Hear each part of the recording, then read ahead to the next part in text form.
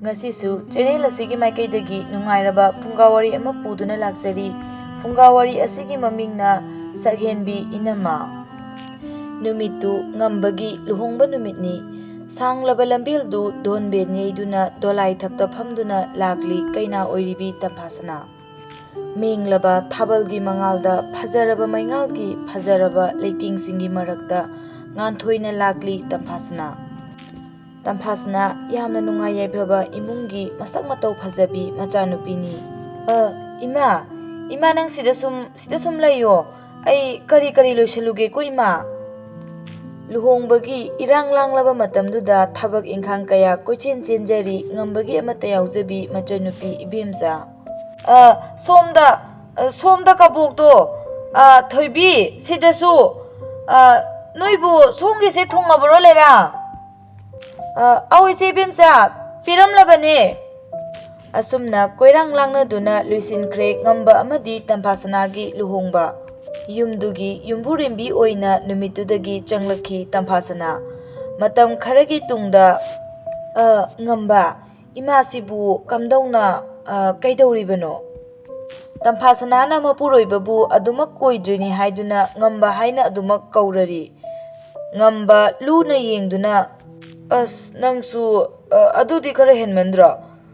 Nangna halasu adudi khara phajaba walise. Tampasana du machin paiduna peng khumlai. O aina halli haidana ikaiba pidrasu kari kaudoino hairodana.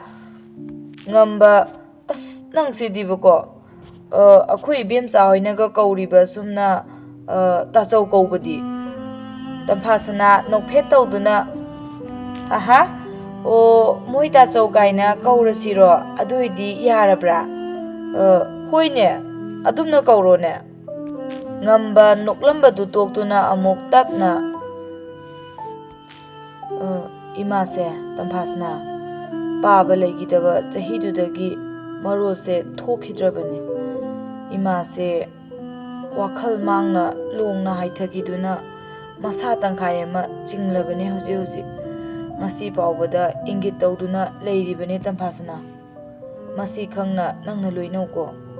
Tampasana du ingau khumlai thawa isa sadabagi mawongda. O ingit ki mi tarene dudia ingit ta tawe harabanina ingit ta khangnabi ima tarene ko. Tampasana gi mawongduda khara nungaitraba ngambana masigi warise toksida ai pothanaba tawrage. Tampasana du nokphet tawduna adumak lei. Mathangi numita nangdi chaka chagiroidra Ibemja na chak loihore nang kaurise tadro aidi chare haure Ibemja chakhumlomdagi o inama chak charase inama. Tampasana du magi kadagi o ai chakhiroi nakhoi charo nakhoi loiraga ai chage. Mapuroiba ngamba khara phinglap tawna kaigino Tampasana nangna Ibemja hoiga chakhumda chak sungsa chadribase. Phana kuire nangna yumsida laglise akhoi Ibemja hoiga ima hoiga nang chak kayarak chaminarage. Ai khanglam loina khanbro ai yumsigi ahal loina leirine. Nang aibu wayamna ngangba nipa ohengano Tampasana. Khon khara kallabada mapuroibana Tampasana du phukhawgotuna khumlai. Kaideno da chak charine na Ibemja na muksa imana mu in manap omatin lo ai handoke tawe hangoye chak charine na tawido ai handoke tawe. Asengbani ngambagi mama Ibema sakhi masa tangkhai sithakibana chaba thakpa karimta ngamde pumnamak Ibemja gi mateng lauribani ngamba sauna phingna thokhirami. Tampasana su sauduna paiduna phamungda phamli. Muru mathanda soli. Kai nupano khangdeba laudana hanadi yamna tappaga male momonga tawdana aduga asumna matam kaya haukrabada Tampasana gi sajati hongba leiramde manem sakhibu hangoi tukachaba kharadi adumak phawrami matam pumbada. Machanupi Ibemja di mamabu thembiba amadi ꯃꯕꯨꯡ ꯃꯅꯝꯃ ꯅꯤꯡꯉꯥꯏ ꯁꯪꯗꯥꯅꯗꯅꯕ ꯍꯣꯠꯅꯕꯗ ꯑꯋꯥꯕꯒꯤ ꯃꯁꯛ ꯑꯣꯏꯔꯝꯃꯤ꯫ ꯏꯃꯥ, ꯁꯦ ꯅꯁꯝꯁꯦ ꯊꯥꯎ ꯇꯩꯕꯤꯒꯦ ꯏꯃꯥ꯫ ꯑꯗꯣ ꯏꯃꯥ, ꯑꯩꯈꯣꯏ ꯏꯅꯝꯃ ꯇꯝꯐꯥꯁꯅꯥꯁꯦ ꯃꯁꯛ ꯐꯖꯗ꯭ꯔꯥ ꯏꯃꯥ? ꯑꯗꯣ ꯏꯃꯥ, ꯑꯩꯈꯣꯏ ꯏꯅꯝꯃ ꯇꯝꯐꯥꯁꯅꯥꯁꯦ ꯃꯁꯛ ꯐꯖꯗ꯭ꯔꯥ ꯏꯃꯥ?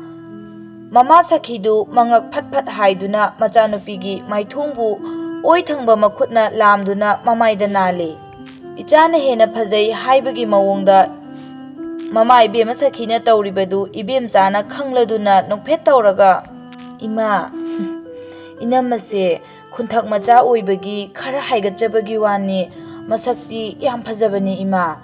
ꯏꯃꯥꯅ ꯋꯥꯔꯧꯕꯗꯨꯗ ꯃꯨꯟꯅ ꯌꯦꯡꯗ ꯇꯧꯔꯤꯅꯤ ꯏꯃꯥꯅ. 이남아세 마북디 kaya lomba mi mandeba ima. Ado machinbudi khara kalle ima. Nahan akhoi ta chawnane wasnai sajaye manane kanbabu ima. Hehe aise tasanadaba saraga kanbidaba ima. Ado karigino haibiyure ima. Nahan mapal nipanba numito mayum chatluge giri takpa akhoi ta chawda. Aduda akhoi ta chawna lijaygi mathau tawkhibei wani da ima. Adugi mahutni ngasi chatkhrise. Hojik phau halaktri. Lakhiroi wali. Lagladra ima. Asumna mama masadu mangolda wari sanaringay tanjada manama mabung changlaki thongalomdagi. Tamphasanadu pukri macharomda leiriba polangkoklomda yengduna polangkokta phawriba yaliba itum phanek adu ubada isau haurai. Ngasai ayuktagi phawramba phanek sidasu lawsinbinaba mi leitiye. Akhoi imungse mi watle. Ngamba paina yengduna nang yauragladi nang adum nawsalaga changkiro. Nang adum nawsala changkibada kaidauge. Tamphasna phanektu phat phat kanduna Tamphasna phet phet changki. Ngamba mama amadi machangi manakta phamthaduna ima nga ayaiba khara leirakpani ima. Bemja se si imungda pusalo chakhumlomda thamluro. Hoita chaw matam pumbada mamaga ta loinaduna leibana ibemcha mahaki khutpai sen amata leiramde. Maduda mahakna wakhal tawduna mahakna haijaba kabok sabagi thabak asi makha chatharami. Makhutta pai kharadi painingbana ibemcha kabok saba haurakle. Mahakna kabok saribadu manama Tamphasnanadi pamlamde maramdi ibemchana tawrakliba thabaktu mahakna sukya yaningde. Imungi thabak pumba mangonda tarani khanduna isau langba hengalaklami Tamphasna. Mapuroiba ngambagi manakta chongsinduna nganglami Tamphasnana. Aidine wa kaya ngangningdabane imungsida aina wa ngangbase makhoi ta chawna aibu phattabini adum khanbaduda ngambana munna yenglakpaduda Tamphasna tumina leikhi. Tamphasnana kochi kotlibadu khangladuna ngambana yam sana leramkhreda yam sana changlai kaidaure. Tamphasna karimta khumlaktrabada ngambana khara tapthana yengoi.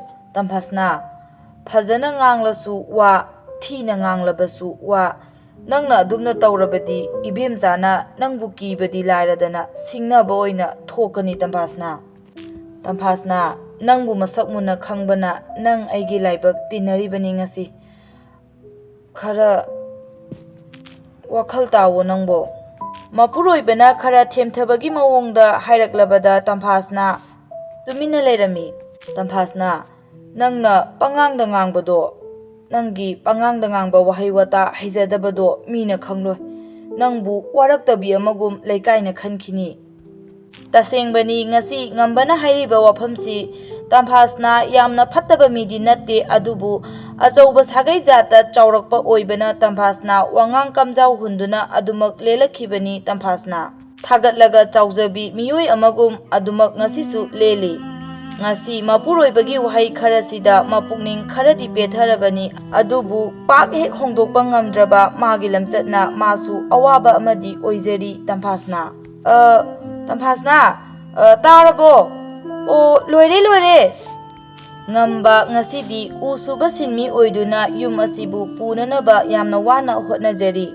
ꯌꯨꯝꯕꯥꯜꯂꯨꯔꯕ ꯑꯣꯏꯕꯅ ꯃꯍꯥꯛ ꯑꯇꯣꯞꯄ ꯈꯨꯟꯗ ꯎ ꯁꯨꯕ ꯁꯤꯟꯃꯤ ꯑꯃ ꯑꯣꯏꯅ ꯑꯃꯨꯛ ꯃꯈꯣꯏꯒꯤ ꯈꯨꯟ ꯑꯁꯤꯕꯨ ꯊꯥꯗꯣꯛꯄ ꯇꯥꯈꯤ꯫ ꯃꯄꯨꯔꯣꯏꯕ ꯉꯝꯕꯅ ꯆꯠꯂꯝꯗꯥꯏ ꯃꯤꯀꯨꯞꯇ ꯆꯦꯠꯅ ꯁꯤꯟꯅꯔꯝꯃꯤ ꯃꯗꯨꯗꯤ ꯇꯝꯐꯥꯁꯅꯥ, ꯅꯪꯅ ꯏꯃꯨꯡꯁꯤꯒꯤ ꯑꯍꯜ ꯁꯛꯇꯨꯅ ꯂꯩꯍꯧꯒꯗꯧꯔꯤꯕꯅꯤ꯫ ꯏꯃꯥꯗꯤ ꯑꯁꯣꯟꯕꯤꯅꯤ, ꯑꯗꯨꯒ ꯏꯕꯦꯝꯆꯥꯁꯨ ꯑꯉꯥꯡꯅꯤ꯫ ꯅꯪꯒꯤ ꯑꯐꯕ ꯅꯇꯧ ꯇꯝꯍꯜꯂꯨꯀꯣ ꯇꯝꯐꯥꯁꯅꯥ, ꯑꯩ ꯆꯠꯂꯨꯈꯤꯒꯦ꯫ ꯑꯁꯤꯒꯨꯝꯕ ꯁꯥꯎꯒꯟꯗꯕ ꯃꯄꯨꯔꯣꯏꯕꯅ ꯏꯪꯅ ꯇꯞꯅ ꯄꯤꯔꯝꯂꯤꯕ ꯄꯥꯎꯇꯥꯛꯁꯤꯡ ꯑꯁꯤꯅ ꯉꯁꯤꯗꯤ ꯅꯥꯀꯣꯡ ꯁꯤꯡꯌꯥ ꯌꯩꯔꯔꯤ ꯇꯝꯐꯥꯁꯅꯥꯒꯤ꯫ ꯏꯅꯝꯃ, ꯑꯩ ꯇꯧꯔꯒꯦ ꯏꯅꯝꯃ, ꯑꯩ ꯉꯁꯤꯗꯤ ꯀꯕꯣꯛ ꯁꯥꯔꯔꯣꯏ ꯏꯅꯝꯃ꯫ ꯇꯝꯐꯥꯁꯅꯥ ꯈꯣꯟꯗꯤ ꯑꯗꯨꯃꯛ ꯀꯟꯅ, ꯀꯩꯗꯧꯔꯕ? ꯁꯤꯠꯇ꯭ꯔꯕꯣ?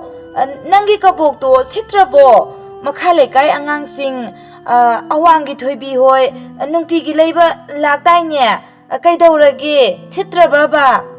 ꯃꯅꯝꯃꯒꯤ ꯇꯞꯊꯕ ꯃꯦꯡꯕ ꯍꯩꯖꯗ꯭ꯔꯕ ꯈꯣꯟꯖꯦꯜ ꯅꯨꯡꯇꯤꯒꯤ ꯑꯁꯨꯝ ꯇꯥꯔꯕꯗ, ꯏꯅꯝꯃ, ꯍꯣꯔꯦꯟ ꯁꯟꯙ꯭ꯌꯥ ꯌꯥꯆꯪꯂꯛꯄꯗ ꯉꯔꯥꯡ ꯃꯅꯤꯡꯗꯒꯤ ꯇꯥꯟꯕ ꯎ ꯃꯪꯒ꯭ꯔꯥꯁꯤꯡꯗꯣ ꯑꯗꯨ ꯑꯣꯏꯅ ꯍꯩꯉꯥꯟ ꯈꯔ ꯇꯧꯔꯒꯦ ꯏꯅꯝꯃ꯫ ꯇꯝꯐꯥꯁꯅꯥ ꯃꯇꯤꯟ ꯀꯨꯠ ꯌꯣꯠꯂꯤ, ꯑꯗꯨꯒ ꯏꯕꯦꯝꯆꯥ, ꯃꯪꯒ꯭ꯔꯥ ꯍꯩꯉꯥꯟ ꯀꯔꯝꯅ ꯇꯧꯏ ꯑꯩꯁꯨ ꯈꯔ ꯈꯪꯒꯦ꯫ ꯃꯅꯝꯃꯒꯤ ꯃꯑꯣꯡ ꯈꯪꯖꯔꯕꯤ ꯍꯩꯁꯤꯡꯂꯕꯤ ꯏꯕꯦꯝꯆꯥꯅ, ꯌꯦꯡꯉꯣ ꯏꯅꯝꯃ, ꯌꯦꯡꯗꯦ ꯍꯥꯏꯔꯤꯕꯅꯤ ꯑꯩꯗꯤ꯫ ꯏꯅꯝꯃꯗꯤ ꯅꯣꯡꯃꯇ ꯑꯩꯅ ꯀꯕꯣꯛ ꯁꯥꯕꯁꯨ ꯌꯦꯡꯗꯦ꯫ ꯌꯦꯡꯉꯣ ꯏꯅꯝꯃ, ꯑꯩꯈꯣꯏ ꯏꯅꯝꯃꯁꯦ ꯃꯁꯛ ꯀꯌꯥꯝ ꯐꯖꯕꯗꯨꯗ ꯂꯣꯏ ꯍꯩꯔꯝꯗꯣꯏꯕꯣꯏ ꯅꯤꯡꯉꯨꯗꯅ ꯍꯦꯛ ꯍꯥꯏꯍꯧꯗ꯭ꯔꯦ ꯏꯅꯝꯃ, ꯑꯗꯣ ꯍꯣꯔꯦꯟꯗꯤ ꯍꯦꯛ ꯌꯦꯡꯉꯣ ꯏꯅꯝꯃ꯫ ꯑꯁꯨꯝꯅ ꯅꯨꯃꯤꯗꯥꯡ ꯋꯥꯏꯔꯝꯗꯨ ꯁꯖꯤꯕꯨ ꯊꯥꯒ ꯑꯣꯏꯕꯅꯦ, ꯁꯖꯤꯕꯨꯒꯤ ꯑꯉꯥꯎꯕ ꯅꯨꯡꯁꯤꯠꯀ ꯑꯣꯏꯕꯅ ꯅꯨꯡꯁꯤꯠ ꯁꯤꯠꯆꯤꯜꯂꯛꯂꯤ ꯂꯦꯞꯄ ꯂꯩꯇ꯫ ꯑꯁꯨꯛ ꯀꯜꯂꯕ ꯁꯖꯤꯕꯨꯒꯤ ꯑꯉꯥꯎꯕ ꯅꯨꯡꯁꯤꯠ ꯃꯔꯛ ꯑꯁꯤꯗ ꯃꯅꯤꯡꯗ ꯇꯞꯊꯔꯤꯕ ꯏꯅ ꯀꯨꯞꯄ ꯃꯩ ꯍꯧꯕꯝ ꯃꯆꯥ ꯑꯗꯨꯗ ꯃꯩ ꯍꯧꯗꯨꯅ ꯅꯨꯡꯁꯤꯠ ꯃꯔꯝ ꯈꯟ ꯏꯕꯦꯝꯆꯥꯅ ꯇꯧꯔꯤꯕꯗꯨ ꯌꯦꯡꯂꯤ ꯃꯨꯟꯅ ꯇꯝꯐꯥꯁꯅꯥ꯫ ꯑꯆꯧꯕ ꯈꯥꯡꯖꯥꯎ ꯑꯗꯨꯗ ꯆꯤꯅꯤ ꯑꯉꯥꯡꯕ ꯑꯆꯧꯕ ꯑꯅꯤꯈꯛ ꯊꯥꯗꯈꯤ, ꯃꯗꯨꯅ ꯃꯍꯤ ꯑꯣꯟꯊꯣꯔꯛꯂꯕ ꯃꯇꯝꯗ ꯉꯁꯥꯏꯒꯤ ꯃꯪꯒ꯭ꯔꯥ ꯈꯥꯏꯗꯣꯛꯂꯒ ꯊꯝꯂꯕ ꯑꯗꯨ ꯊꯥꯗꯔꯤ꯫ ꯏꯅꯝꯃ, ꯃꯩꯗꯣ ꯌꯥꯝ ꯀꯜꯍꯜꯂꯛꯑꯅꯨ ꯏꯅꯝꯃ, ꯃꯩꯗꯣ ꯁꯠꯇꯣꯛꯄꯤꯌꯣ꯫ ꯇꯝꯐꯥꯁꯅꯥꯗꯨ ꯃꯄꯨꯛꯅꯤꯡꯗ ꯈꯪꯁꯥꯎ ꯍꯦꯛ ꯁꯥꯎꯅꯤꯡꯉꯤ꯫ ꯑꯁ, ꯑꯩꯉꯣꯟꯗꯒ ꯊꯧꯗꯥꯗꯅ ꯃꯥꯅ꯫ ꯈꯔ ꯁꯠꯇꯣꯛꯄꯤꯌꯣ ꯍꯥꯏꯕꯅꯤ ꯏꯅꯝꯃ꯫ ꯑꯣ, ꯁꯠꯇꯣꯛꯀꯦ꯫ ꯃꯊꯪꯒꯤ ꯅꯨꯃꯤꯠꯇ ꯇꯝꯐꯥꯁꯅꯥꯗꯨ ꯀꯟꯅ ꯑꯅꯥ ꯂꯥꯏꯌꯣꯡ ꯈꯪꯗꯅ ꯅꯥꯔꯝꯃꯤ꯫ ꯏꯅꯝꯃ, ꯍꯣꯔꯦꯟ ꯏꯅꯝꯃꯅ ꯋꯥ ꯍꯥꯏꯅꯤꯡꯂꯀꯥꯟꯗ ꯑꯩ ꯑꯃꯨꯛ ꯀꯧꯔꯛꯑꯣ ꯏꯅꯝꯃ, ꯑꯩ ꯏꯃꯥꯒꯤ ꯃꯅꯥꯛꯇ ꯑꯃꯨꯛ ꯆꯠꯂꯨꯒꯦ ꯏꯅꯝꯃ, ꯅꯨꯃꯤꯗꯥꯡ ꯋꯥꯏꯔꯝ ꯌꯧꯁꯜꯂꯛꯂꯕꯅꯤꯅ